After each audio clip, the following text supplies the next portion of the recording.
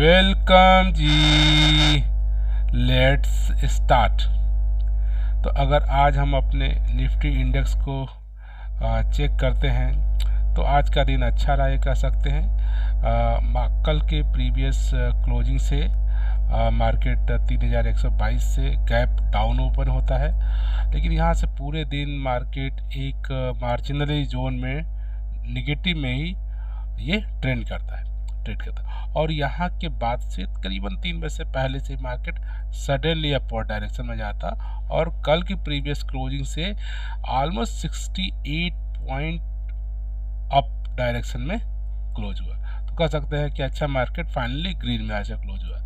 अगर इसको daily chart पे भी हम देखेंगे तो डेली चार्ट ये इंडिकेट कर रहा है कि आज मार्केट काफ़ी अच्छा ग्रीन में क्लोज हुआ है। अप डाउन काफ़ी रहा, काफ़ी कल के प्रीवियस से डाउन से ऊपर गया तो एक लंबी सी ग्रीन कैंडल बनी है, which look like good for our market. अगर हम स्पेसिफिक स्टॉक्स की बात करते हैं तो इस कंपनी के आज के दिन का अगर प्राइस सेक्शन को आप चेक करोगे तो आज 135 रुपीज़ का इसमें अप रहा। ये स्टॉक्स 2990 पे ट्रेड कर रहा है और ऑलमोस्ट 4.73% का अपवर्ड डायरेक्शन रहा। मार्केट कल के प्रीवियस को ये भी डाउन ओपन हुआ, लेकिन फाइनली काफ़ी अच्छा ट्रेंड इस मार्केट में रहा। और इसका अगर हम मैक्सिमम लॉन्ग टर्म चार्ट इस कंपनी का हम चेक करते हैं सो ये कंपनी ने काफ़ी बेहतरीन रिजल्ट अपने शेयर होल्डर को दिए, 6000% से भी ज़्यादा का। और ये स्टॉक्स आप 43 रुपये में स्टार्ट हुआ था 1999 में। अब वहाँ से कंटिन्यूस कुछ सालों तक स्लोली उसके बाद स्लोली अपवर्ड डायरेक्शन में गया।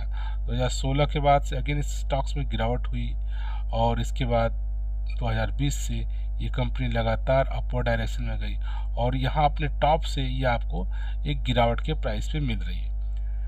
सो अगर इस कंपनी का अगर टॉप बात करें 52 हाई तो इस कंपनी ने लगाया था 3800 का, तो ऑलमोस्ट 3800 का शेयर आपको 2900 मिल रहा है, ऑलमोस्ट 1000 के डाउन पे। तो अपने टॉप से 3800 से गिर करके आपको 2990 में मिल रहा है।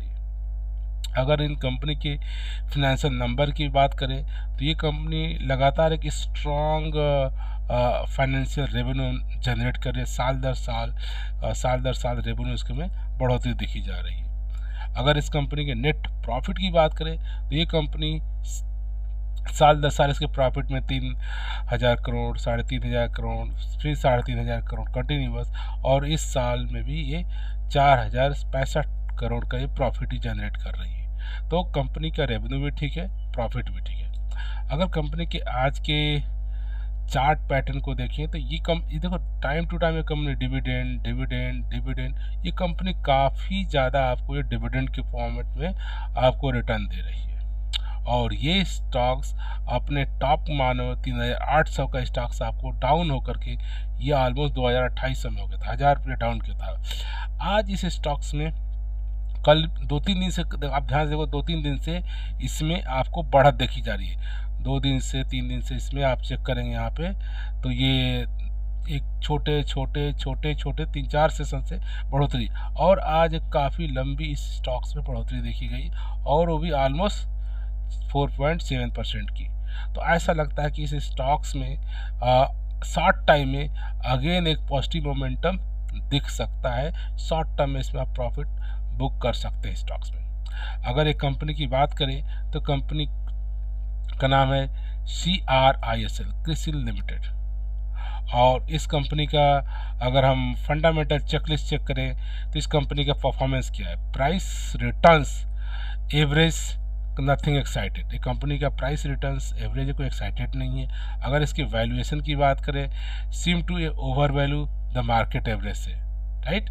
और ग्रोथ की बात करें तो financial growth has been moderate for a few year, कुछ सालों से मॉडरेट इसका ग्रोथ भी है।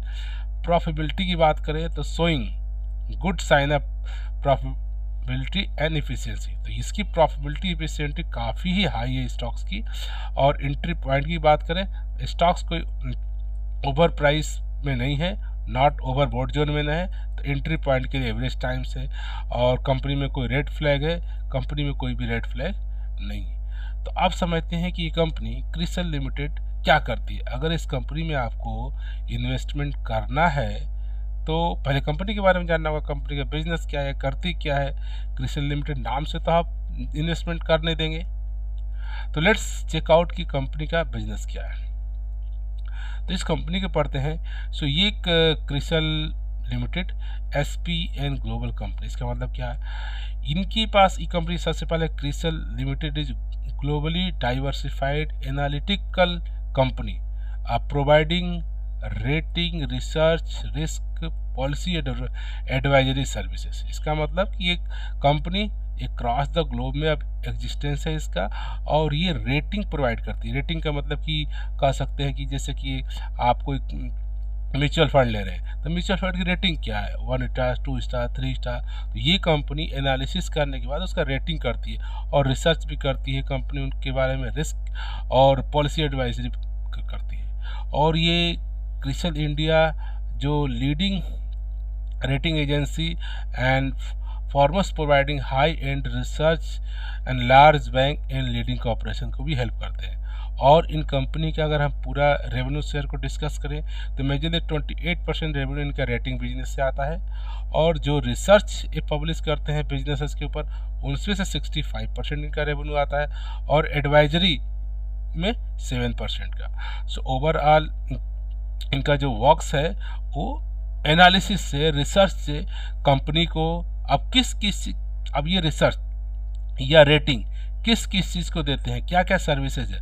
अगर इनकी ऑफिशियल वेबसाइट पे और इनके प्रोडक्ट को आप चेकआउट करोगे तो आप चेक करोगे क्रिसल क्या क्या, एक तो हमारे इंडेक्सेस हैं, इंडेक्स की रेटिंग हो गई, या और उसके बाद म्यूचुअल फंड की रेटिंग हो गई, या क्रिसल को कोलिएशन इंडेक्स हो गया, स्मार्ट, रैम, बोरियन, Quantix, risk model identity, sustainable solution. तो डिफरेंट काइंड्स ऑफ इनके पास सर्विसेज है जिसके लिए रेटिंग करते हैं। और ये अगर रेटिंग की बात करें तो ये independent credit evaluation rating, EL rating, right. So कहने का मतलब कि अगर इनकी रेटिंग की अगर नॉर्मल बात करें तो किसी कंपनी पे अगर हमें कैसे पता चलता है कि कंपनी अच्छी है, बुरी है, या इस म्यूचुअल फंड में मुझे इन्वेस्ट करना है, नहीं करना है, वो कहाँ से पता चलता है। तो जनरली हम उसका रेटिंग चेक करते हैं। रेटिंग क्या होता है, ये कंपनियाँ उनके बिजनेस को एनालिसिस करती हैं, लोगों से इनपुट लेती हैं, उनके कस्टमर से, उनके फीडबैक से, वो सारा डेटा एनालिसिस करके फीडबैक से, सर्वे से, इन टू हैंड मीटिंग करके कंक्लूजन निकालती हैं और कंपेयर करते हैं कि इस इंडस्ट्रीज में इसके करस्पॉन्डिंग ही कौन कौन से बिजनेस है, उसका क्या क्या पैरामीटर, ग्रोथ क्या है, वैल्यूएशन क्या है, प्रॉफिट क्या है, लॉस क्या है, फ्यूचर पर्सपेक्ट क्या है, सारा पैरामीटर एक कंसीडर करके एक स्टैंडर्डाइज रेटिंग डालते हैं और रेटर पब्लिश करते हैं। उसी रेटिंग को देख करके एज ए नॉर्मल इन्वेस्टर कहता है हाँ ये इसका 5 रेटिंग है, 4 रेटिंग है, 2 रेटिंग है, और अपने इंडस्ट्रीज में नंबर 1 है, नंबर 2 है। तो ये सब सिनारियो ये हेल्प करता है जनरली कि जो भी फाइनेंशियल नंबर है, क्वांटिटेटिव नंबर ये रिप्रेजेंट करते हैं। इससे इन्वेस्टर को, मार्केट को, बिजनेस को हेल्प मिलती है। लेट्स सी कोई कंपनी है अपने इंडस्ट्रीज में वो कोई एक पॉलिसी लाना चाहती है, एडवाइजरी चाहती है, तो ये क्रिसल उसके लिए एनालिसिस करेगा आपके सेक्टर में कौन कौन सी कंपनियां हैं, क्या फ्यूचर ग्रोथ है, क्या उसका ड्रॉबैक है, क्या रिस्क है, क्या पॉजिटिव है, और आपका स्ट्रेंथ क्या है, आपकी कंपनी का वीकनेस क्या है, वो सारी एक इवेल्युएशन करके आपको एक रिपोर्ट सबमिट करती है विच हेल्प्स कंपनी बिजनेस। तो कंपनी का जो कोई भी कंपनी को अगर अपना ग्रोथ पर्सपेक्टिव देखना है तो कई बार हम अपने आप से आइडेंटिफाई नहीं कर पाते, और ये स्पेशलाइज एजेंसी होती है, इनका काम होता है आपके बिजनेस को एनालिसिस करना, करस्पॉन्डिंग उसी के आप जिस इंडस्ट्रीज में बिलोंग करते हैं उस इंडस्ट्रीज को एनालिसिस करना, उस इंडस्ट्रीज के डेटा का, उनके टॉप का, उनका प्रॉफिट क्या है, उनका नुकसान क्या है, उनका रिस्क क्या है,